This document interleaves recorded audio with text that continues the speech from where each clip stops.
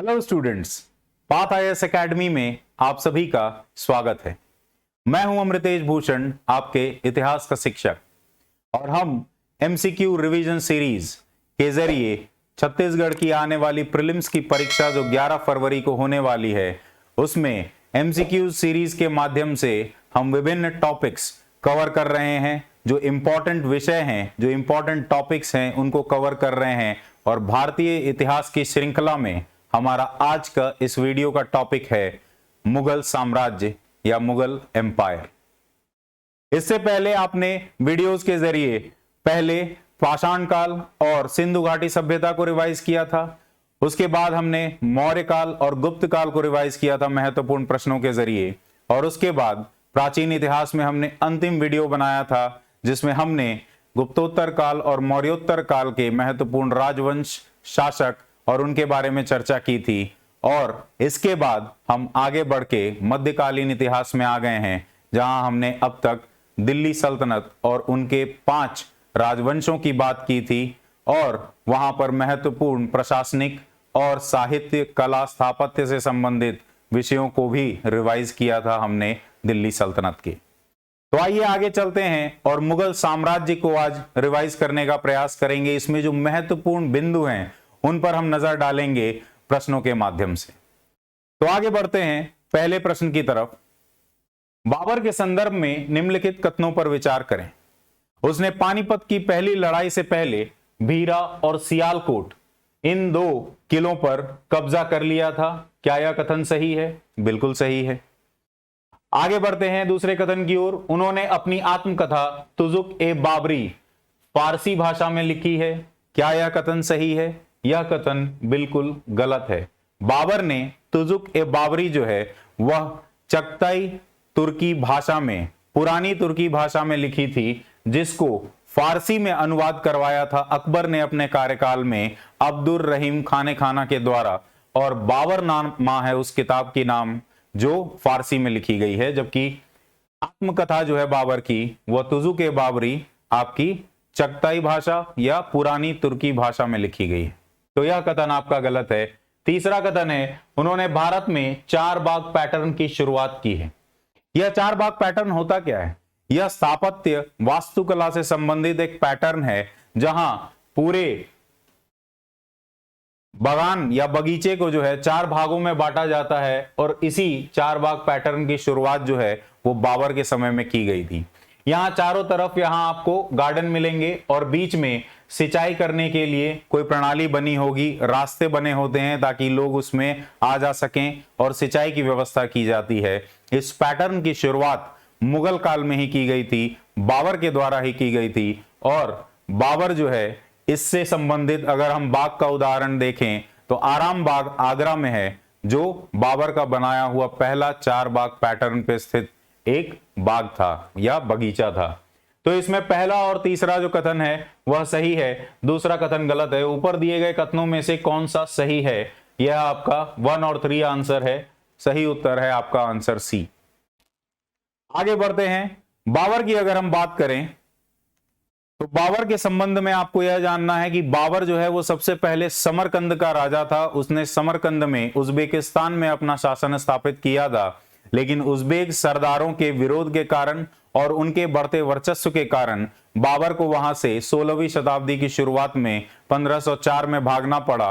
और उसके बाद उसने अपना शासन काल जो है वह काबुल में स्थापित किया। अपना शासन काबुल अफगानिस्तान में शुरू किया। अफगानिस्तान में भी उसे उज्बेक सरदारों की तरफ से जोर दिया जा रहा था, उसका विरोध किया जा रहा था। और अफगानिस्तान जो है वह बहुत बड़ा या बहुत समृद्ध राज्य नहीं हुआ करता था। तो बाबर चाहता था कि इस समय चूंकि लोदी वंश जो यहां पर हुआ करता था, दिल्ली सल्तनत का जो आखिरी वंश है, आप याद करें अपने पिछले वीडियो को, तो लोदी वंश इब्राहिम लोदी का शासनकाल है, सिकंदर लोदी का शासनकाल है। इस समय यहां पर सिकंदर लोदी की मृत्यु के बाद जो राजनीतिक स्थिति है भारत की वह बहुत ही कमजोर हो जाती है। इब्राहिम लोदी जो है उसके नोबल्स जो हैं, उसके जो आमिर जो हैं वो उसी से खफा हैं और उसके खिलाफ विरोध जो है उसको बढ़ावा दे रहे हैं। दिल्ली सल्तनत में भी हमने इसकी बात की थी कि बाबर को निमंत्रण उसके लाहौर के गवर्नर दौलत खान लोदी ने दिया था कि बाबर आए, इब्राहिम लोदी को हराए और इस देश को यानी कि सल्तनत से, इब्राहिम लोदी से सल्तनत को आजाद करवाए। तो इस तरह से चूंकि राजनीतिक स्थिति यहां पर बहुत कमजोर थी, उत्तर पश्चिम के जो इलाके थे वो बहुत मजबूती से उनकी सुरक्षा नहीं की गई थी, तो बाबर के लिए इस समय आर्थिक दृष्टिकोण से भारत जो है महत्वपूर्ण होता है और बाबर की दृष्टि पड़ती है भारत पर। और फ्रैगमेंटेशन जो है इंडिया का, दिल्ली सल्तनत की कमजोरी जो है, इन सब कारणों से बाबर जो है आकर यहां पर अपना शासनकाल स्थापित करता है और पहली पानीपत की लड़ाई लड़ी जाती है आपके पानीपत यानी कि हरियाणा में, और 1526 में इब्राहिम लोदी और बाबर के बीच में पानीपत की लड़ाई हुई है, जिसके बाद मुगल साम्राज्य को स्थापित किया गया है।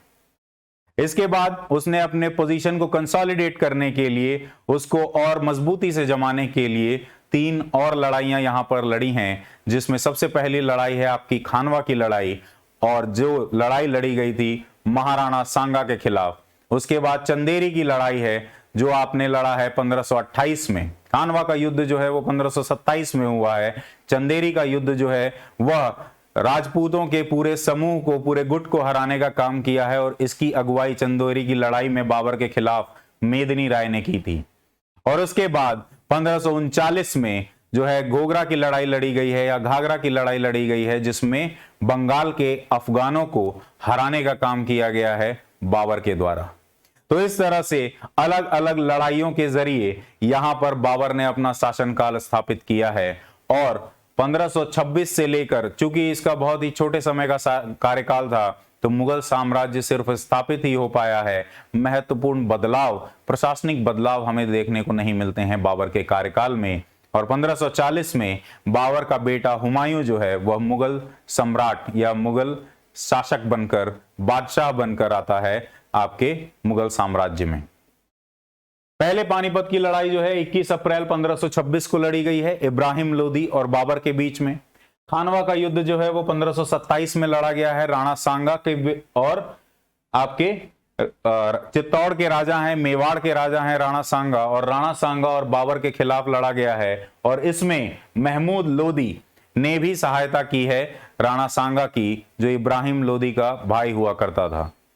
लेकिन इसके बाद ग्वालियर और धौलपुर जो है उस पर कब्जा कर लिया है, क्योंकि खानवा की लड़ाई में बाबर की जीत होती है और ग्वालियर और धौलपुर पर कब्जा कर लिया जाता है उसके द्वारा।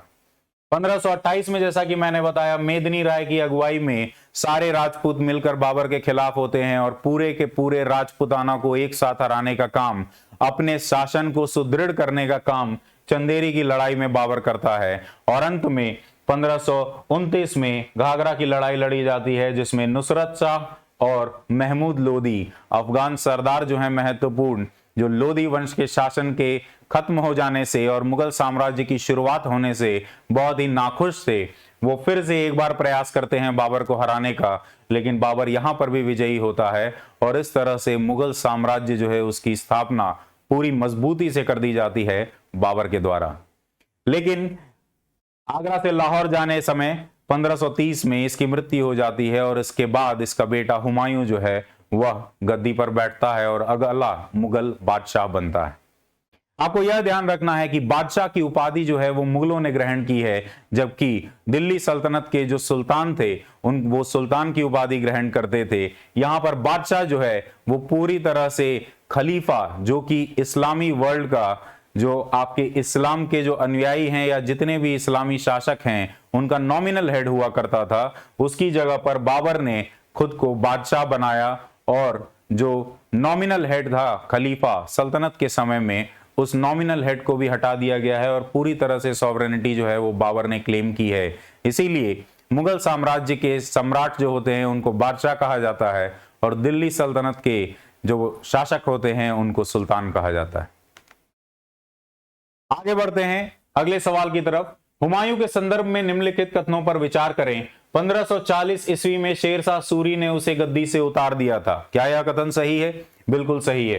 हुमायूं का कार्यकाल जो है 1530 से 1540 तक रहता है और उसके बाद दोबारा 1555 से 1556 तक रहता है। इस बीच में 1540 में शेरशाह सूरी ने युद्ध के बाद जो है हुमायूं को हराया है और यहां पर सूर साम्राज्य की स्थापना की है शेरशाह सूरी ने, तो यह कथन बिल्कुल सही है। दूसरा, उसने शेरशाह सूरी से 2 युद्ध लड़े, यह भी बिल्कुल सही है। और तीसरा कथन, उनका मकबरा दिल्ली में अकबर के शासनकाल के दौरान बनवाया गया था। हुमायूं का मकबरा जो है वो आपको दिल्ली में मिलेगा और इसको बनाने का काम जो है अकबर के शासनकाल में हुमायूं की बेगम हाजी बेगम ने किया था और यह मकबरा आज आपको दिल्ली में मिलेगा। यहां पर भी आपको 4 बाग पैटर्न पर बनाए हुए बागान मिलेंगे और उसके बीचों बीच जो है हुमायूं का मकबरा बनाया गया है, वह इमारत बनाई गई है। तो 4 बाग पैटर्न का इस्तेमाल भी हुआ है हुमायूं के मकबरे में और यह दिल्ली में स्थित है, तो आपका यह कथन भी सही है। ऊपर दिए गए कथनों में से कौन सा सही है? आपका सही उत्तर है ऑप्शन डी। हुमायूं के बारे में बात करें तो सबसे पहले हुमायूं जो है, हुमायूं के शासनकाल में उसके पास बहुत सारी चुनौतियां थीं। आप यह जान लें कि कभी भी दिल्ली पे जब भी शासन स्थापित किया जाएगा मध्यकालीन भारत में, तो उसको दिल्ली के शासन को 3 इलाकों से हमेशा दिक्कत होती है। सबसे पहला है आपका राजपूताना और मालवा और गुजरात। आपके दक्षिण पश्चिम के इलाके जो हैं वे सबसे ज्यादा विरोध करते हैं किसी भी शासन का जो दिल्ली में स्थापित होगा। उसके बाद आपका उत्तर पश्चिम का इलाका है, यहां पर आपके उज़्बेक सरदार और अफगान हैं जो इस समय मुगल साम्राज्य के समकालीन हैं और यहां पर राज करते हैं।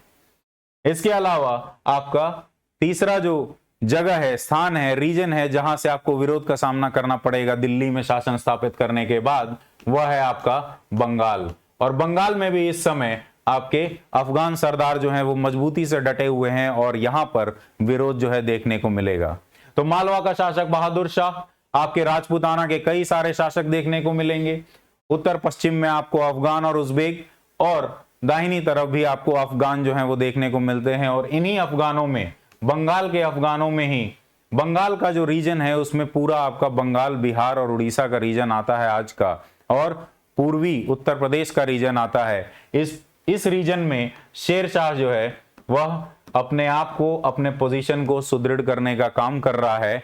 और यहां पर शुरुआत में चूंकि उसने हुमायूं की सरपरस्ती जो है उसको नहीं मानने का फैसला किया है, तो चुनार की लड़ाई या चुनार का घेराव जो है वो किया जाता है।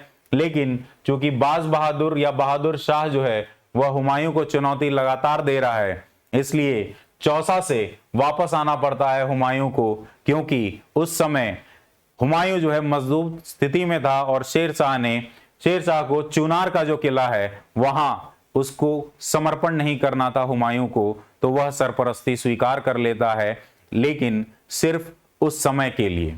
बाद में शेरशाह जो है इस समय का इस्तेमाल करेगा सुदृढ़ करने के लिए अपने राजधानी को, चुनार को, और बंगाल के इलाके में भी वो धीरे धीरे अपना क्षेत्र विस्तार करेगा, जिसके बाद दोबारा हुमायूं को यहां वापस आना होगा और युद्ध लड़े जाएंगे। उससे पहले लेकिन चुनार और चुनार के बाद जो है दोराहा की संधि होती है शेरशाह सूरी और हुमायूं के बीच में, और हुमायूं चला जाता है आपका गुजरात की तरफ। और इसी समय में 1532 के बाद हुमायूं जो है दिल्ली में एक नया शहर बनवाता है जिसे दीनपनाह कहा जाता है। इसी दीनपनाह शहर में शेरशाह सूरी के आने के बाद पुराने किले का निर्माण करवाया जाएगा, इसे ध्वस्त करवा के।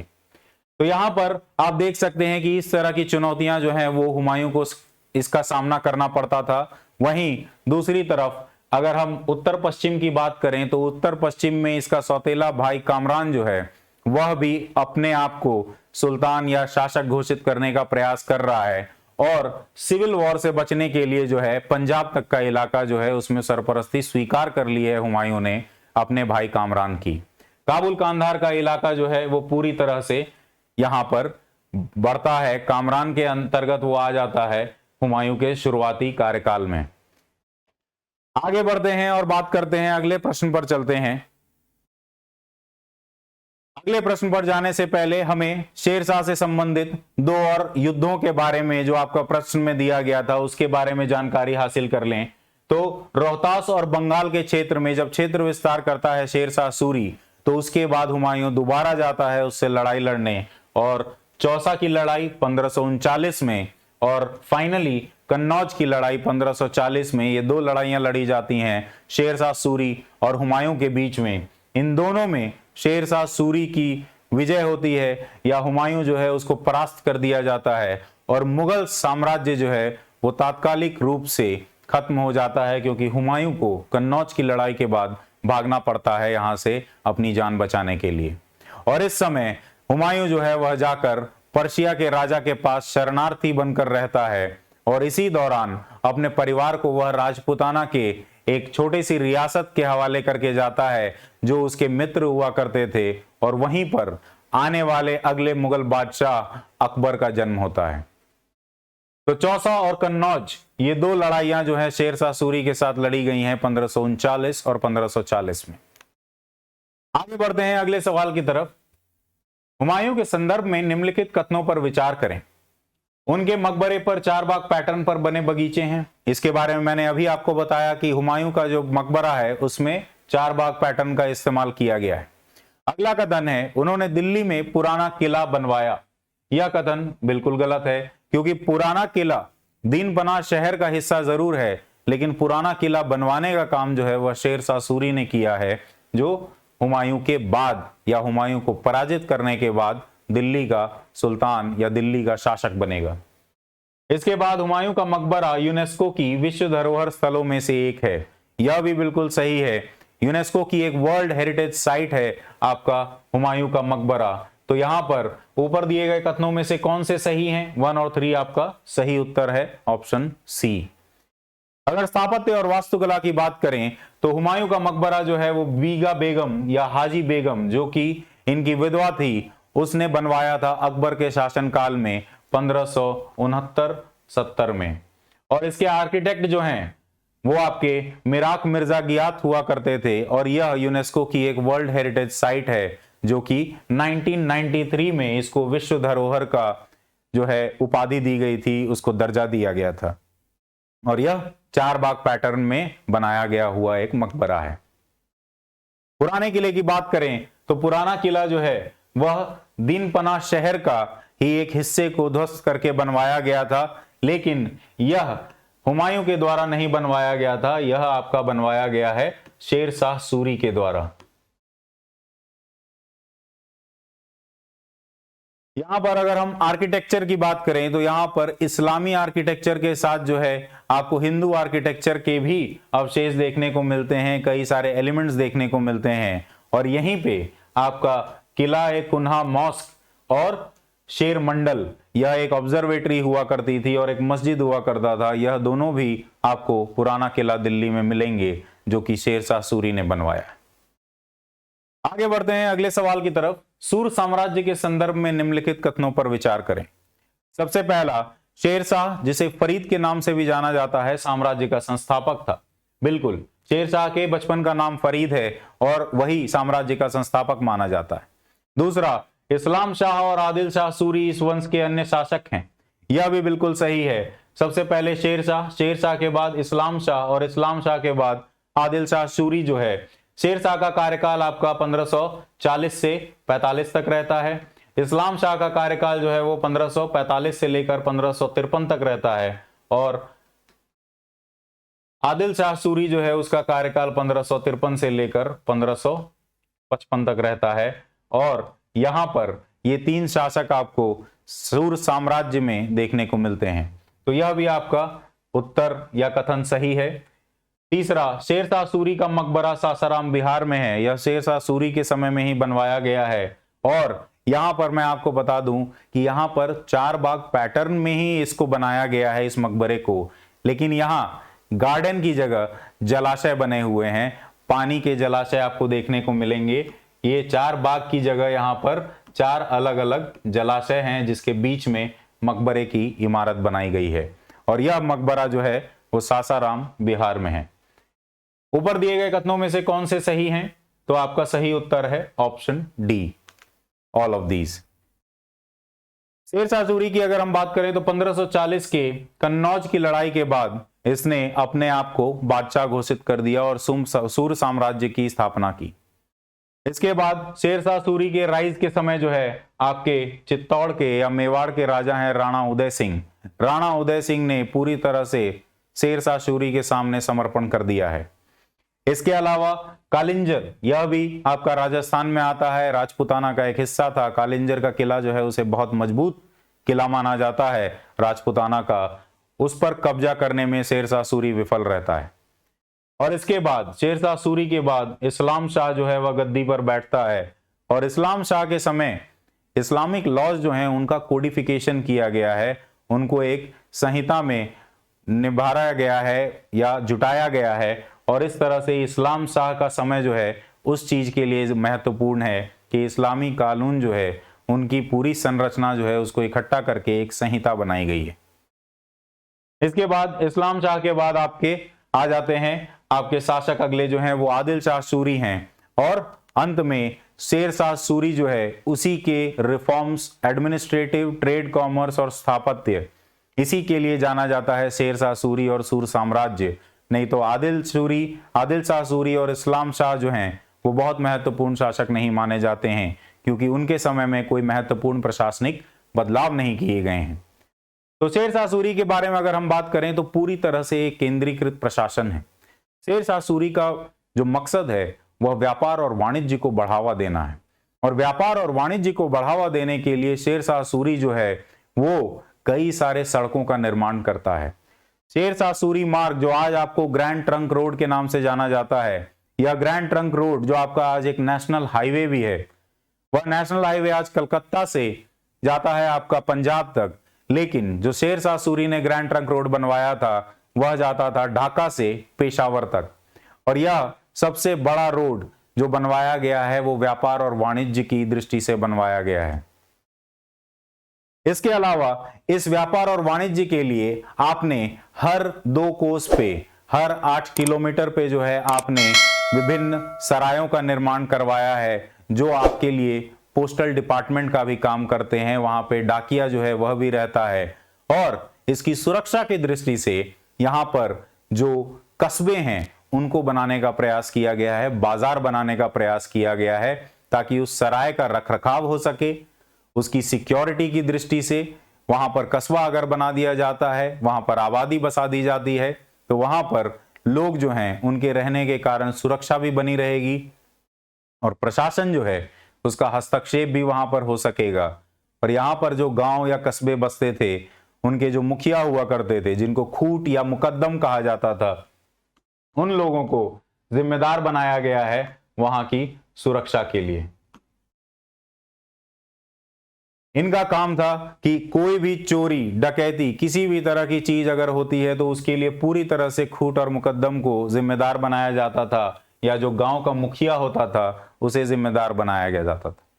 इसके साथ साथ यहाँ पर किसानी करने वाले लोगों की भी भलाई के बारे में विभिन्न तरह के काम किए गए हैं, और यहाँ पर खेती के क्षेत्र विस्तार के लिए भी प्रयास जो है शेरशाह सूरी ने किया है। एक फ्लेक्सिबल रेवेन्यू सिस्टम, जो लचीली आपकी राजस्व प्रणाली है, वह लागू किया गया है, जहां पे सर्वे किया जाता था, लैंड का सर्वेक्षण होता था, माप होता था, और उसके बाद आप हर क्रॉप के हिसाब से, आप जो फसल उगाते हैं उसके हिसाब से आपका राजस्व लिया जाता था, और कर जो हुआ करता था वह 1/3 ही लिया जाता था, और जो क्रॉप का दर हुआ करता था, जो क्रॉप का रेट हुआ करता था, उसे राई कहा जाता था।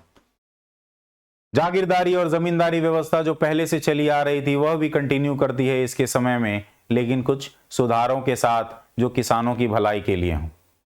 व्यापार और वाणिज्य की दृष्टि से इसने एक और काम किया था कि यहां पर पूरे साम्राज्य में सिर्फ 2 जगहों पर कर लगाया जाता था, एक उत्पादन के केंद्र में, और दूसरा जो सीमाएं हैं साम्राज्य की, वहां पर केवल बंगाल और सिंधु नदी के किनारे जो प्राकृतिक सीमा हुआ करती थी सूर्य साम्राज्य की, इन दोनों जगहों पर ही आपका कर लगाया जाता था, सीमा शुल्क लगाया जाता था, ताकि व्यापार और वाणिज्य जो है उसका निरंतर विकास हो सके। मुद्रा प्रणाली की बात करें तो चांदी का सिक्का जो है, रुपया, यह जो आपके आज के सिक्के का अग्रणी माना जाता है, अग्रज माना जाता है, उसकी शुरुआत जो है शेरशाह सूरी के ही समय में की गई है। जैसा कि हम सड़कों की बात कर रहे थे, ग्रैंड ट्रंक रोड जो है वो आपका इंडस से लेकर बंगाल सोनार गांव तक बनाया गया था, और इसके साथ साथ इसी रोड को जो है जोड़ने का काम किया गया था गुजरात के बंदरगाहों तक। आपको कई सारे रोड जो है अजमेर, गुजरात, इन सब जगहों पे कई सारे रोड जो है बनाए गए थे, हाईवे बनाए गए थे व्यापार वाणिज्य की दृष्टि से शेरशाह सूरी के समय में। और जैसा कि हमने सरायों की बात की, सराय जो है हर 2 कोस पर बनाए जाते थे और कई सरायों के आसपास जो है आपके कस्बे विकसित किए जाते थे सुरक्षा की दृष्टि से, आर्थिक दृष्टिकोण से, ताकि उनके रखरखाव के लिए वहीं उसी इलाके से राजस्व जो मिलता है वह सराय के रखरखाव में काम आ सके। आर्किटेक्चर की बात करें शेरशाह सूरी की, तो सासाराम बिहार में ही आपको इसका मकबरा मिलेगा और यह शेरशाह सूरी के द्वारा खुद ही बनाया गया है। और यहां पर भी 4 बाग पैटर्न जैसा कि मैंने कहा आपको देखने को मिलता है और इसके गुंबद जो हैं वहां पर आपको मार्बल के मिलेंगे। और यहां पर शेरशाह सूरी और उसके परिवार वालों का जो मकबरा है वह यहां पर बनाया गया है।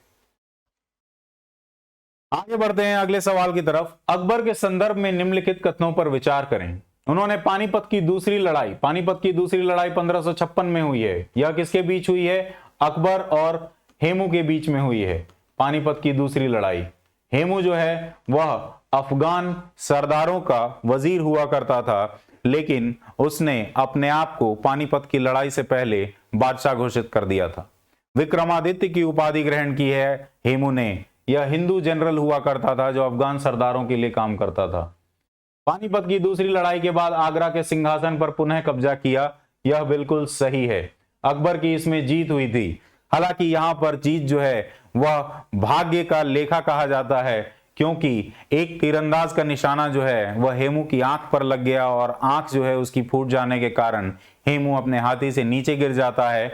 और संख्या बल में मजबूत होने के बावजूद जो है यहाँ पर हेमू और उसकी जो फौज है उसकी शिकस्त होती है, क्योंकि उसके गिरते ही उसकी पूरी सेना जो है भाग खड़ी होती है, उसमें भगदड़ मच जाता है। दूसरा कथन है उनके शासनकाल के पहले 6 वर्षों के लिए उनके पास एक संरक्षक रीजेंट था। यह भी बिल्कुल सही है। साम्राज्य का वकील के नाम से जाना जाने वाला बैरम खान, जिसे खाने खानन की भी उपाधि दी गई थी, वह संरक्षक था शुरुआत के 6 साल में, यानी कि 1556 से लेकर 1562 तक अकबर का संरक्षक था बैरम खान। और बैरम खान की सरपरस्ती में ही अकबर का शासनकाल चला शुरुआती 6 साल में, क्योंकि अकबर जो है हुमायूं के अचानक मर जाने से अकबर का जो है ताजपोशी कर दी गई थी केवल 13 साल की उम्र में। तो शुरुआती 6 साल बैरम खान अकबर के नाम पर राज करता रहा। तीसरा कथन है उनकी प्रारंभिक विजयों में मालवा और गोंडवाना के विजय शामिल हैं। यह बिल्कुल सही है। पूरे उत्तर भारत में मुगल साम्राज्य का ध्वज लहराने का काम जो है वह अकबर के शासनकाल में किया गया और उसकी शुरुआत 1562-1564 में मालवा और गोंडवाना से ही की गई थी। ऊपर दिए गए कथनों में से कौन सा सही है? तो आपका सही उत्तर है option D, all of these. अगर हम अकबर की बात करें, अकबर के कॉन्क्वेस्ट की बात करें, तो यहां पर 1562 में मालवा का राजा था बाज बहादुर या बहादुर शाह के नाम से भी जाना जाता है। 1564 में गोंडवाना में इन्हें विरोध झेलना पड़ा है रानी दुर्गावती का। रानी दुर्गावती को हराया गया है गोंडवाना में। उसके बाद 1568 में चित्तौड़ पर कब्जा किया गया है राणा उदय सिंह से। इसके बाद 1573 में गुजरात जो है उसको मुजफ्फर शाह से छीना गया है और इसी गुजरात पर विजय प्राप्त करने के बाद, गुजरात का विलय करवाने के बाद जो है अकबर ने अपने फतेहपुर सीकरी के नए राजधानी में यहां पर एक बुलंद दरवाजा बनाया है, जो इसके समय एक महत्वपूर्ण आपका स्थापत्य का उदाहरण है। 1576 में बिहार और बंगाल जो है उसको हासिल किया गया है दौद खान से और 1576 में ही हल्दी घाटी की लड़ाई लड़ी गई है, जहां आपके महाराणा प्रताप जो हैं उनको हराया गया है। 1586 में काबुल, 1591 में कश्मीर और सिंध, 1591 में खांडेश जो है वो आपका दक्षिणी मध्य प्रदेश और उत्तरी महाराष्ट्र का इलाका है। दक्खन के अभियान की शुरुआत जो है वो खांडेश से कर दी जाती है। 1596 में बेरार और यहां पर चांद बीवी को हराया गया है और 1600 में अहमदनगर जो है उस पर आंशिक रूप से कब्जा किया गया है अकबर के द्वारा। आगे बढ़ते हैं अगले सवाल की तरफ। अकबर की राजपूत नीति के संदर्भ में निम्नलिखित कथनों पर विचार करें। उसने राजपूतों के प्रति मेल मिलाप की नीति को अपनाया, बिल्कुल सही बात है। मेवाड़ के राजा बिहारी मल की बेटी हरका बाई का विवाह 1562 में अकबर से हुआ, यह भी बिल्कुल सही बात है। कई सारे राजपूतों ने इनकी सरपरस्ती को स्वयं स्वीकार किया, वैवाहिक गठबंधन को अपनाया, जबकि कई सारे राजपूतों को हराया गया है, जैसे मेरता, चित्तौड़ और कालिंजर, इन किलों पर कब्जा किया गया है अकबर के द्वारा, यह भी बिल्कुल सही है। तो आपका सही उत्तर है ऑप्शन डी। राजपूत नीति की अगर हम बात करें तो अकबर को यह पूरी तरह से अच्छी तरह से पता था कि राजपूतों के बिना क्षेत्र विस्तार करना भारत में असंभव है, और इसलिए मैत्रीपूर्वक नीति जो है, मैत्रीपूर्ण नीति जो है उसको अपनाया है अकबर ने, और कई जगह वैवाहिक गठबंधन किए हैं राजपूतों के द्वारा। और इसकी शुरुआत जो है राजा बिहारी मल, जो आमेर के राजा थे, उनसे शुरू की गई है, और उनकी बेटी को अपनाया है अकबर ने। और यही हरकाबाई हैं जो आगे चलकर प्रिंस सलीम, राजकुमार सलीम या आने वाले राजा जहांगीर की मां बनती हैं। और साथ ही साथ प्रिंस सलीम जो है उसकी शादी राजा भगवान दास, जो भगवान दास आपके बिहारी मल के बेटे हैं, उनकी बेटी से सलीम की शादी करवाई गई थी। अगर हम राजपूतों की बात करें तो राजा मान सिंह, राजा टोडरमल, ये सारे हिंदू हैं जो बड़े बड़े मानसबदार थे, अकबर के दरबार में प्रमुख व्यक्ति थे। इसके अलावा अगर राजपूतों की बात करें, कब्जे की बात करें, तो मेरठा, रणथंभौर और कालिंजर पर कब्जा किया है। 1562 में मेरठा, 1568 में चित्तौड़, और चित्तौड़ पर कब्जा जो किया है वो राजा सुरजन सिंह से किया गया है। और राजा सुरजन सिंह जो हैं वो चित्तौड़ नहीं, आपके रणथंभौर के राजा हैं। चित्तौड़ पर कब्जा करने के बाद राजा सुरजन सिंह ने रणथंभौर जो है वो समर्पित कर दिया था अकबर को। इसके अलावा 69 में ही आपने राजा रामचंद्र से कालिंजर जो है उसको हथियाया है। और इसके साथ साथ बीकानेर और जैसलमेर जो हैं उन्होंने भी अपनी अकबर की सरपरस्ती जो है उसको स्वीकार किया है। और हल्दी घाटी की लड़ाई के बाद, हल्दी घाटी में चित्तौड़ पर पूरी तरह से कब्जा करने के बाद आपने बांसवाड़ा, बूंदी और ओरछा, इन लोगों ने भी अकबर का समर्पण जो है स्वीकार किया है, अकबर के सामने समर्पण किया है और उसकी सरपरस्ती को स्वीकार किया है। आगे चलते हैं अगले सवाल की तरफ। ऊपर दिए गए कथनों में से कौन सा सही है मानसबदारी व्यवस्था के संदर्भ में? सबसे पहले इसकी स्थापना अकबर ने की थी, जो मुगल प्रशासन का आधार बना, यह बिल्कुल सही है। मानसबदारी व्यवस्था क्या है? मानसबदारी व्यवस्था में मानसबदार हुआ करते थे जो आपके उच्च आपके अधिकारी थे इस समय के, जो सूबेदार होते थे या जिनको वतन जागीर दी जाती थी, जिन राजपूतों को अपना शासन चलाने दिया जाता था उसे वतन जागीर कहा जाता था, तो उन्हें रैंक दिया जाता था। इस रैंक को सवार और जात से नापा जाता था। मानसबदारी व्यवस्था में दो चीजें होती थी, जात और सवार। जात का अर्थ है आपकी रैंक क्या है, ये रैंक 10 से 10,000 तक हो सकती थी, और जितनी आपकी रैंक है उतनी ही ज्यादा आपका औहदा है मुगल दरबार में। वैसे ही जितनी आपकी रैंक है उतने ही आपको सैनिक रखने होते थे, रख रखाव करना होता था अकबर के नाम पे, और जितने सैनिक हैं उतने ही आपको सवार यानी कि घुड़सवार और घोड़े मेंटेन करने पड़ते थे अकबर के कार्यकाल में। यह मानसबदारी व्यवस्था जो है अकबर के समय में लाई गई थी। प्रत्येक मानसबदार को 10 से 10,000 तक की जात दी जाती थी, रैंक दी जाती थी, बिल्कुल सही है। राजा मान सिंह अकबर के समय में सर्वोच्च पद पर थे या सर्वोच्च मानसबदार थे, यह भी बिल्कुल सही है। 7,000 की जात जो है वो सबसे ज्यादा दी गई जात है इस समय में, जो राजा मान सिंह के पास थी। ऊपर दिए गए कथनों में से कौन सा कथन सही है? तो आपका सही उत्तर है ऑप्शन डी। मानसबदारी व्यवस्था के बारे में हमने जैसा बात किया वह आप यहां इस स्लाइड में देख सकते हैं। जात और सवार हुआ करता था। जात जो है इतने सैनिक आपको रखने पड़ते थे और सवार इतने घुड़सवार आपको मेंटेन करने पड़ते थे। यह एक सामंतवादी व्यवस्था है जो अकबर के समय में शुरू की गई थी प्रशासनिक दृष्टिकोण से।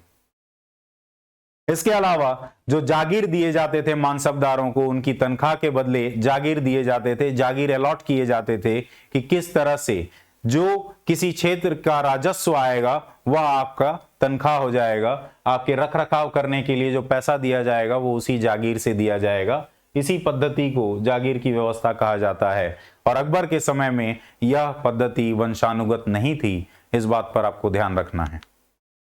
आगे चलते हैं दूसरे सवाल की तरफ। मुगल प्रशासन के संदर्भ में निम्नलिखित जोड़ियों पर विचार करें। वजीर या दीवान राजस्व एवं वित्त विभाग का प्रमुख, बिल्कुल सही है। मीर बख्शी या सेना का प्रमुख होता था। मुहतसिब सार्वजनिक आचरण का नियंत्रण करने वाला हुआ करता था, बिल्कुल सही है। और मीर सामन जो है शाही महल और हरम का मुखिया होता था, यह भी बिल्कुल सही है। तो ऊपर दिए गए युग्मों में से कौन से सही सुमेलित हैं? आपका सही उत्तर है उत्तर डी, ऑल ऑफ दीज। यहां आप देख सकते हैं कि अलग अलग पोस्ट है। वजीर जो है वो आपका सबसे महत्वपूर्ण पोस्ट हुआ करता था, प्राइम मिनिस्टर आप इसे कह सकते हैं, जिसे अकबर ने दीवाने आला की उपाधि दी थी, और यही कंट्रोल करता था साले खालिसा, जागीर और इनाम लैंड्स को, भूमि को। खालिसा जो है वो राज्य की भूमि हुआ करती थी, शासन की भूमि हुआ करती थी, जबकि जागीर, जैसा हमने अभी बात किया, मानसबदारों को जो है जागीर दी जाती थी। वहीं इनाम लैंड जो है वो विद्वान जो हुआ करते थे या धार्मिक कार्यों के लिए जो कर मुक्त लैंड्स हुआ करते थे, उनको इनाम लैंड्स कहा जाता था। यह सिर्फ धार्मिक कार्यों के लिए जब दिया जाता था तभी ये कर मुक्त होते थे, नहीं तो बाकी समय में इनाम लैंड्स जो है वो उन पर कर लगाया जाता था। इनाम लैंड्स की खास बात यह थी कि इसमें हमेशा 50% भूमि जो है वह कृषि के क्षेत्र विस्तार की दृष्टि से जो है इसमें 50% भूमि जो है वह आपकी, जहां पर खेती नहीं होती है, वह दी जाती थी, ताकि लोग जो है प्रोत्साहित हों इन जमीनों पर भी, इस भूमि पर भी खेती और क्षेत्र विस्तार की। मीर बख्शी जो है वह आपका इंटेलिजेंस और साथ साथ मिलिट्री डिपार्टमेंट जो है उसका हेड हुआ करता था। इसके अंदर आपको इंटेलिजेंस ऑफिसर यहां पर बरीद मिलेंगे और न्यूज रिपोर्टर जो वाक्य नाविस हैं वो मिलेंगे। मीर सामन जो है वो पूरी तरह से जो रॉयल हाउस होल्ड था उसका मुखिया हुआ करता था। जितने भी दास दासी हुआ करते थे वो सारे के सारे आपके इसके अंतर्गत आते थे। रॉयल कारखाना जो हुआ करता था वह भी इसके अंदर आता था, जो कारखानों में राजा, महल के लोग, महल में रहने वाले दास दासी, उनके लिए जो सामानों का बनाया जाना है, सेना के लिए जो चीजें बनाई जानी है, वो सारे कारखाने इस मीर सामन के अंतर्गत हुआ करते थे। एक और मुख्य पद होता था चीफ काजी का, या जिसे सदर सुदूर भी कहते थे। इसका काम जो है वह पूरी तरह से जुडिशियल और रिलीजियस डिपार्टमेंट जो है वह पूरी तरह से सदर सुदूर के अंदर आता था या चीफ काजी के अंदर आता था। इसे कई बार चीफ सदर भी कहा जाता है, सदर सुदूर भी कहा जाता है। आगे बढ़ते हैं अगले सवाल की तरफ। अकबर की धार्मिक नीति के संदर्भ में निम्नलिखित कथनों पर विचार करें। 1575 में इबादत खाना की स्थापना की गई, यह बिल्कुल सही है। इबादत खाना की धार्मिक चर्चा से अकबर को धर्म पर अपने विचार विकसित करने में मदद मिली, यह भी बिल्कुल सही है। इबादत खाना में जो विभिन्न धर्म के जो विद्वान आते थे उनसे चर्चा करके ही अकबर ने अपनी मजहर की नीति दी थी 1579 में, और उसके बाद अपने सुलह कुल की नीति दी थी, और नया धर्म जो दिया था तौहीद इलाही, जिसका आधार नई नीति थी सुलह कुल की नीति, जिसमें सार्वभौम शांति की बात की गई है। यह सब धार्मिक चर्चाओं के कारण हुआ था, तो यह भी सही है। तीसरा, अकबर ने तौहीद इलाही नामक एक नया धर्म दिया, यह कथन भी सही है, तो आपका सही उत्तर है ऑप्शन डी। अकबर के रिलीजियस पॉलिसी की बात करें तो उसका मूलभूत सिद्धांत जो है वह सुलह कुल की नीति है। इबादत खाना की शुरुआत 1575 में की गई थी। सुलह कुल की नीति जो है वह आपके सार्वभौमिक शांति जो है उसकी बात करता है कि सबके लिए, पीस टू ऑल, सबके लिए होना चाहिए। यहाँ पे यह बहुत ही सहिष्णु नीति है जो अलग अलग धर्म के लोगों को अपने अंदर, अपने समाज में, अपने साम्राज्य में मिलाने का काम करता है। 1582 में इबादत खाना जो है बंद करवा दिया गया था अकबर के द्वारा, क्योंकि सारे धार्मिक विद्वान जो थे अलग अलग धर्म के, उनके बीच में मतभेद होने लगे थे। अगर हम इन धार्मिक विद्वानों की बात करें तो हिंदू धर्म से संबंधित पुरुषोत्तम और देवी नाम के विद्वान जो हैं उनको रखा गया था इबादत खाना में। मेहरजी राणा ज़ोरोएस्ट्रियम से रिलेटेड हैं, इनको रखा गया था। पुर्तगाली ईसाई वर्ग के लोग जो थे वो आपके एक्वाविवा और मोन्सेराटी थे, और जैन धर्म से संबंधित आपके हीरा विजय सूरी जो हैं वो अकबर के इबादत खाना में धार्मिक चर्चाओं में सम्मिलित होते थे। इन सभी को, अलग अलग धर्म के लोगों को अकबर के द्वारा बुलाया गया था ताकि हर धर्म की जानकारी अकबर खुद हासिल कर सके। और इसी के साथ अकबर ने दीन इलाही जो है वो 1582 में इसने सुलह कुल की नीति पर आधारित दीन इलाही जो है उसकी शुरुआत की, जो एक नया धर्म था। इसे तौहीद इलाही भी कहा जाता है। मजहर की नीति दी थी अकबर ने 1579 में। इन धार्मिक चर्चाओं से इसको यह समझ में आया कि हर धर्म, हर धार्मिक कानून जो है उसके अलग अलग इंटरप्रिटेशन हो सकते हैं, तो मजहर की नीति के अंतर्गत जो सर्वोच्च इंटरप्रिटेशन है या कौन सा इंटरप्रिटेशन सही है, यह तय करेगा अकबर। यही अकबर की मजहर की नीति है। और अकबर ने एक सेक्युलर स्टेट स्थापित करने का प्रयास किया और इसके साथ साथ एक ट्रांसलेशन डिपार्टमेंट की भी शुरुआत की थी, जिसमें अलग अलग भाषाओं के, अरबी, संस्कृत, अलग अलग भाषाओं के जो साहित्य हैं उनको फारसी में ट्रांसलेट करने का काम किया गया था, जिसमें आपके महत्वपूर्ण थे रामायण, महाभारत, अथर्ववेद, बाइबल, कुरान। इन सभी धर्म के पुस्तकों को, धार्मिक ग्रंथों को जो है ट्रांसलेट, अनुवाद करने का काम किया था इस ट्रांसलेशन डिपार्टमेंट ने। आगे बढ़ते हैं हम अगले सवाल की तरफ। जब्ती और दहसाला प्रणाली के बारे में निम्नलिखित कथनों पर विचार करें। यह जो है यह आपकी भू राजस्व प्रणाली है, जब्ती और दहसाला। दहसाला में 10 साल का औसत लिया जाता था उत्पादन का और उसके बाद तय किया जाता था कि आप पर कितना कर वसूल किया जाएगा या आपका वैल्यू जो है कर का कितना होगा। इसी व्यवस्था में आगे चलकर जब्ती जो है उसकी शुरुआत की गई और इन दोनों को, जब्ती और दहसाला जो है उसे टोडरमल बंदोबस्ती भी कहा जाता है, क्योंकि टोडरमल जो है वही इसके पीछे की सोच थे, जो अकबर के नवरत्नों में से भी एक थे और जो अकबर के दीवाने आला भी थे। अकबर के दरबार में दीवान थे टोडरमल। तो जब्ती और दहसाला की शुरुआत की गई है। जब्ती में आप दहसाला प्रणाली जो है उसके आगे चलकर जब्ती आई और जब्ती में जो है अलग अलग जो क्रॉप्स हुआ करते थे, फसल हुआ करते थे, उन सब अलग अलग फसल के अलग अलग दर के हिसाब से और 10 साल के औसत के हिसाब से आपने जो है आपका रेंट या राजस्व तय किया है। पहला कथन है, दहसाली प्रणाली के तहत विभिन्न फसलों की औसत उपज, साथ ही पिछले 10 वर्षों में प्रचलित औसत कीमतों की गणना की गई। यह बिल्कुल सही है। दूसरा, दहसाला प्रणाली जब्ती प्रणाली को आगे का विकास था। यह बिल्कुल गलत है। जब्ती प्रणाली जो है वो दहसाला के आगे का विकास थी, ना कि दहसाला प्रणाली जब्ती के आगे का विकास थी। दरों की जो है शुरुआत बाद में की गई थी और जब्ती प्रणाली जो है दरों का इस्तेमाल जो है उसको इंक्लूड करती है। जब्ती व्यवस्था को टोडरमल के बंदोबस्त के नाम से भी जाना जाता है। यह बिल्कुल सही है। तो आपका सही उत्तर है ऑप्शन सी 1 और 3।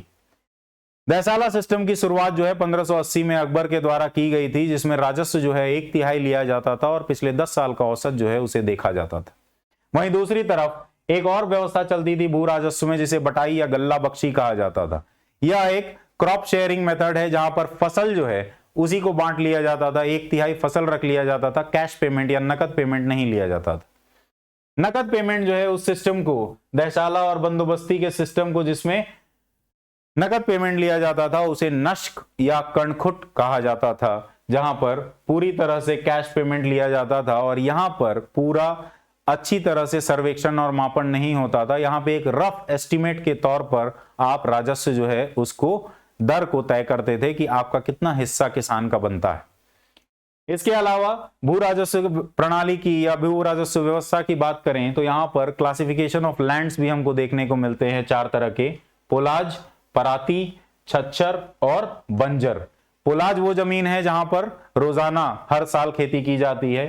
पराती वह जमीन है जो साल 2 साल के लिए वहां पर बीच में खेती नहीं की जाती है।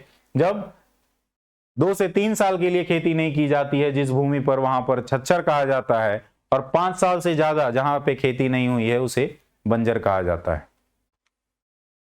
आगे बढ़ते हैं अगले सवाल की तरफ। मुगल वास्तुकला के संदर्भ में निम्नलिखित जोड़ियों पर विचार करें। बाबर का मकबरा काबुल में है, बिल्कुल सही है। हुमायूं का दिल्ली में है, बिल्कुल सही है। अकबर का सिकंदरा में है और जहांगीर का लाहौर में है। जहांगीर की मृत्यु लाहौर में हुई थी तो मकबरा भी उसका लाहौर में बनवाया गया है। कौन से सही सुमेलित हैं? आपका सही उत्तर है ऑप्शन डी। मुगल वास्तुकला के संदर्भ में निम्नलिखित जोड़ियों पर विचार करें। बाबर ने जामी मस्जिद बनवाया संभल का, यह भी बिल्कुल सही है। हुमायूं ने दीन पनाह बनाया, इसके बारे में हमने बात की है।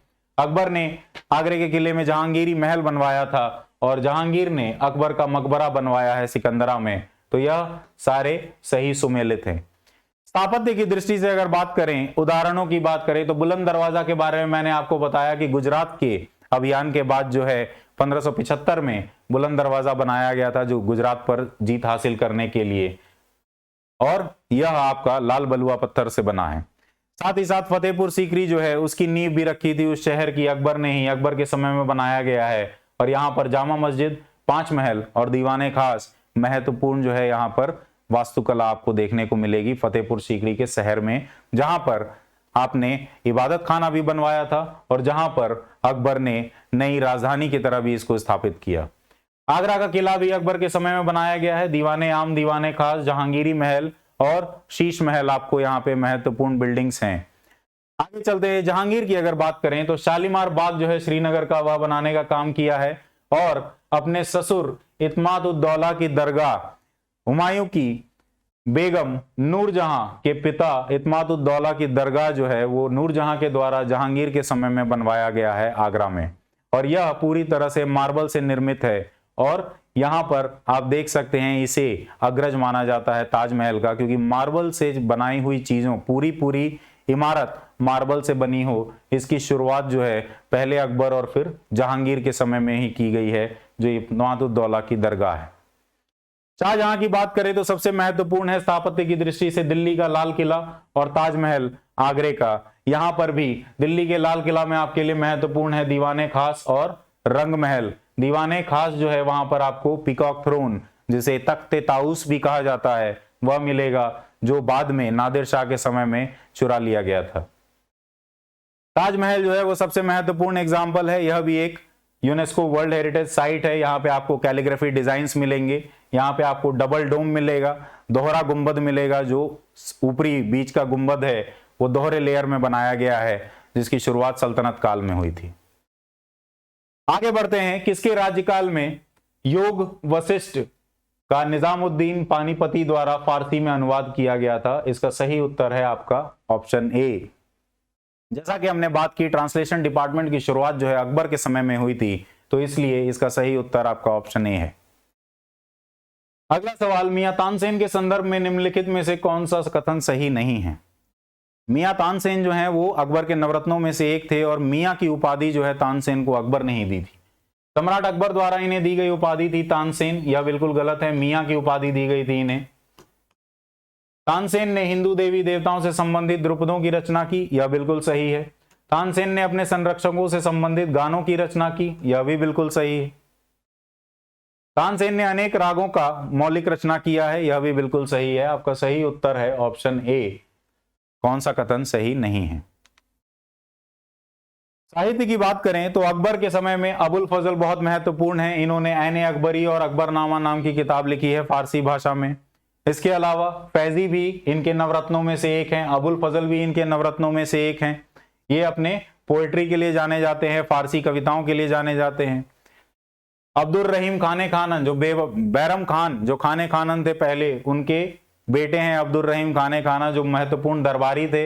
यह भी अकबर के नवरत्नों में से एक हैं और इन्होंने हिंडावी और पर्शियन भाषा में जो है पोएट्री लिखने का काम किया है और ये अपने रहीम के दोहों के लिए जाने जाते हैं। तुलसीदास की बात करें तो यह समकालीन है अकबर से और पूर्वी भारत में इन्होंने महत्वपूर्ण रामचरितमानस जो है उसकी रचना की है इस कार्यकाल में। चित्रकला की बात करें अकबर के समय में तो अकबर ने अपने यहाँ संरक्षण दिया था विभिन्न चित्रकारों को। उसमें आपके महत्वपूर्ण नाम है बासवन, दासवंत, गोवर्धन और उस्ताद मंसूर। ये चारों महत्वपूर्ण पेंटर्स हैं अकबर के समय के।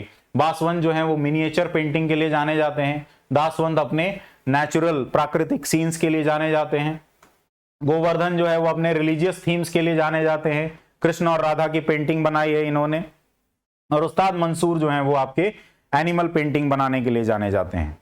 जहांगीर की अगर हम बात करें लिटरेचर में तो यहाँ पर अब्दुल हक दहलवी ने इस समय माथिर अल उमारा नाम की किताब लिखी है। मुल्ला शाह बदख्शी ने, ये एक पर्शियन पोएट थे, इन्होंने दीवाने शाह जहांगीरी लिखी है। इसके बाद मोहम्मद सलील कानबोह ने नूरे जहांगीरी लिखी है और अब्दुल नबी काजमी ने आपके माशीरे जहांगीरी लिखी है। और कुदसिया बेगम, ये एक फीमेल उर्दू पोएट हैं आपकी इस समय की, और इन्होंने मुरक्का एक खुसरो लिखी है। इसके अलावा जहांगीर की अगर पेंटिंग की बात करें तो जहांगीर खुद एक चित्रकला में मशहूर था, खुद चित्रकला जो है वो बनाना जानता था। इसके अलावा मंसूर नेचुरल पेंटिंग के लिए, बिशनदास जो है वो फैमिली के पोर्ट्रेट्स के लिए, गोवर्धन जो है वो रिलीजियस थीम पे चित्रकला बनाने के लिए, और मोहम्मद फकीरुल्लाह जो है या लैंडस्केप पेंटिंग जो है बनाने के लिए जाने जाते हैं। ये सब जहांगीर के समय में महत्वपूर्ण चित्रकार हैं।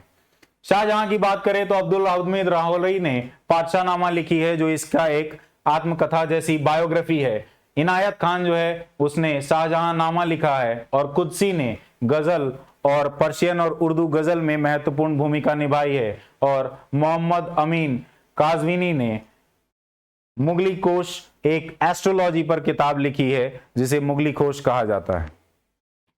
पेंटिंग की अगर बात करें तो बालचंद और दौलत, ये दो आपके पेंटर हैं शाहजहां के समय के। बालचंद जो है वो अपने पर्सनालिटीज के पोर्ट्रेट्स के लिए जाने जाते हैं, और दौलत जो है वो अपने आर्किटेक्चर के पोर्ट्रेट्स के लिए जाने जाते हैं। आगे बढ़ते हैं। निम्नलिखित युद्धों को कालक्रम के अनुसार व्यवस्थित करें और नीचे दिए गए कूटों में से सही उत्तर चुनें। दूसरे पानीपत का युद्ध, बिलग्राम का युद्ध, धर्मत का युद्ध और जजाऊ का युद्ध, ये चारों युद्ध जो है कालक्रम के ही अनुसार दिए हैं। ऑप्शन यहां दिया नहीं है, लेकिन सही उत्तर आपका 1 2 3 4 है। द्वितीय पानीपत के युद्ध के बारे में हम बात कर चुके हैं। कन्नौज का युद्ध जो है उसे बिलग्राम का युद्ध भी कहा जाता है, जो शेरशाह सूरी और हुमायूं के बीच में लड़ा गया था 1540 में। जहां तक जजाऊ के युद्ध की बात है, यह अंतिम युद्ध है, उत्तर मुगल काल के शासकों का युद्ध है, जो जून 1707 में लड़ा गया था बहादुर शाह प्रथम और मोहम्मद आजम शाह के बीच में। और बीच में धर्मत के युद्ध की अगर बात करें तो यह औरंगजेब के काल में, औरंगजेब के सत्ता में आने के लिए औरंगजेब ने यह धर्मत का युद्ध लड़ा है अपने भाई दारा शिकोह से 1659 में। आगे चलते हैं। आमेर के महाराजा सवाई जय सिंह द्वितीय ने निम्नलिखित में से किस स्थान पर खगोलीय वेधशालाएं या जंतर मंतर बनवाई हैं? दिल्ली, जयपुर, बनारस, उज्जैन और मथुरा, ये पांचों ऑप्शन जो है वो आपका सही है। यह आपके समकालीन है औरंगजेब के, और सवाई की उपाधि जो है सवाई जय सिंह को औरंगजेब ने ही दी थी। तो आपका सही उत्तर है option D, all of these. Aurangzeb के संदर्भ में निम्नलिखित कथनों पर विचार करें। उन्होंने एक रूढ़िवादी धार्मिक नीति का पालन किया है, ये सही है। वह विभिन्न स्थानों पर हिंदू मंदिरों के विनाश के लिए जिम्मेदार था, यह भी सही है। और मुगल दरबार में संगीत और नृत्य प्रतिबंधित किया गया है औरंगजेब के द्वारा, यह भी सही है। तो आपका सही उत्तर है ऑप्शन डी।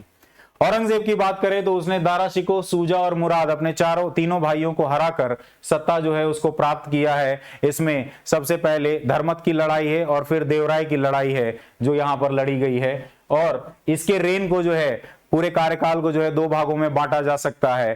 पहले 25 साल जो है इसने राज किया है उत्तर भारत में रहकर, और दक्खन में धीरे धीरे बढ़ती हुई दिक्कतों के कारण जो आपके बीजापुरी सल्तनत है, आपके गोलकोंडा का सल्तनत है, और इसके बाद जो मराठाओं की दिक्कत थी उसके कारण अगला 25 साल जो है इसको रहना पड़ा है दक्खन में ही। धार्मिक नीति की बात करें तो जजिया, जो कि एक धार्मिक टैक्स हुआ करता था, गैर मुसलमानों पे लगता था, उसे जारी किया है दोबारा, जिसे हटा दिया गया था अकबर के समय में। इसके अलावा इस्लामिक लॉ को जो है वो सब जगह लागू करने का काम किया है। सिख समुदाय से भी इसके जो है मतभेद उत्पन्न होते हैं, और 9वें सिख गुरु तेग बहादुर जो है उनकी हत्या करवाई गई है, क्योंकि इस्लाम धर्म में परिवर्तन करने से उन्होंने मना कर दिया था। और इसके साथ साथ अतिरिक्त कर जो है लगाने का काम किया है हिंदू ट्रेडर्स पे, और यहां पर तुलादान, झरोका दर्शन और नवरोज फेस्टिवल, जो महत्वपूर्ण फेस्टिवल्स हुआ करते थे आपके मुगल काल में, उसको बंद करवाया है। और मोहतसिब की नियुक्ति की है, जो इस्लामी कानून शरिया का पालन नहीं कर रहे हैं या कर रहे हैं लोग, इस पर नजर रखने के लिए मोहतसिब की नियुक्ति की गई है अकबर के द्वारा, औरंगजेब के द्वारा अपने कार्यकाल में। दक्कन की नीति की बात करें तो यहां पर दक्कन पर कब्जा करने का काम जो है औरंगजेब के समय में ही किया गया है, और बीजापुर और गोलकुंडा का विलय हुआ है 1686 और 1687 में औरंगजेब के ही कार्यकाल में। और मराठा रेजिस्टेंस जो है, रिवोल्ट जो है, वह भी अपने चरम पे पहुंचा है इस कार्यकाल में, जब शिवाजी पहले थे और शिवाजी के बाद शिवाजी के बेटे संभाजी और राजा राम जो हैं वो मराठा आंदोलन जो है, मराठा विद्रोह जो है, उसको आगे बढ़ाते हैं औरंगजेब के समय में। बाद के मुगल शासकों के संदर्भ में निम्नलिखित कथनों पर विचार करें। मुगल साम्राज्य आधिकारिक तौर पर 1858 में समाप्त हो गया और बहादुर शाह द्वितीय अंतिम मुगल शासक थे। क्या यह सही है? यह बिल्कुल सही है। दूसरा, सैयद बंधुओं की सहायता से फारुखशियार गद्दी पर बैठा, यह भी बिल्कुल सही है। और तीसरा, नादिर शाह के आक्रमण नादिर शाह के शासनकाल में हुआ, यह कथन अपने आप में गलत लिखा हुआ है, तो इसको हम कंसिडर नहीं करेंगे। 1 और 2 जो है वो आपका ऑप्शन सही है, तो आपका सही उत्तर है ऑप्शन ए। बढ़ते हैं। उत्तर मुगल काल के शासकों के बारे में अगर बात करें तो औरंगजेब के बाद सबसे पहले बहादुर शाह आते हैं। बहादुर शाह जो है उसने मित्रता की नीति को अपनाने का कोशिश किया है, क्योंकि विद्रोह जो है औरंगजेब के समय बहुत ज्यादा बढ़ गए थे और इसे शाह ने बेखबर का टाइटल जो है वो दिया गया है, क्योंकि इन्हें कोई मतलब ही नहीं था अपने पूरे साम्राज्य में क्या चल रहा है। इसके अलावा जहांगीर शाह इसके बाद आते हैं, जो जुल्फिकार खान की मदद से यहां पर गद्दी पर बैठते हैं। इस समय महत्वपूर्ण बात यह है कि जो नोबल्स हैं आपके, जो आपके दरबारी हैं, उनकी महत्ता बहुत ज्यादा बढ़ जाती है, क्योंकि शासक कमजोर हो जाते हैं और यहाँ पर नोबल्स जो हैं वो किंग मेकर बन के उभरते हैं। पहला आपका जुल्फिकार खान है और बाद में अब्दुल्ला खान और मोहम्मद अली, जिसे सैयद बंधुओं के नाम से भी जाना जाता है, उन्होंने फारूक शियार जो है उसको शासक बनाया। फारूक शियार के बाद दो और शासक आते हैं 2-2 महीने के लिए, रफीउद्दर्जात और रफीउद्दौला, और उसके बाद मोहम्मद शाह रंगीला जो है शासक बन के आते हैं। इसी के समय में ये खुद अपने आप में एक कवि और संगीत प्रेमी थे और इसके ही कार्यकाल में जो है नादिर शाह के आक्रमण हुए और तख्ते ताऊस जो है उसको छीन लिया गया था दिल्ली से, दिल्ली के किले से। इसके बाद अहमद शाह का कार्यकाल होता है और मराठाओं के साथ जो है यहाँ महत्वपूर्ण भूमिका मराठाओं की रहती है मुगल दरबार में, इसके कार्यकाल में 1748 से 54 के बीच में। आगे बढ़े तो आलमगीर द्वितीय के कार्यकाल में बैटल ऑफ पलासी हुआ है। इसका असली नाम अजीज उद्दीन मोहम्मद है और इमाद उल मुल्क की मदद से यह गद्दी पर आया।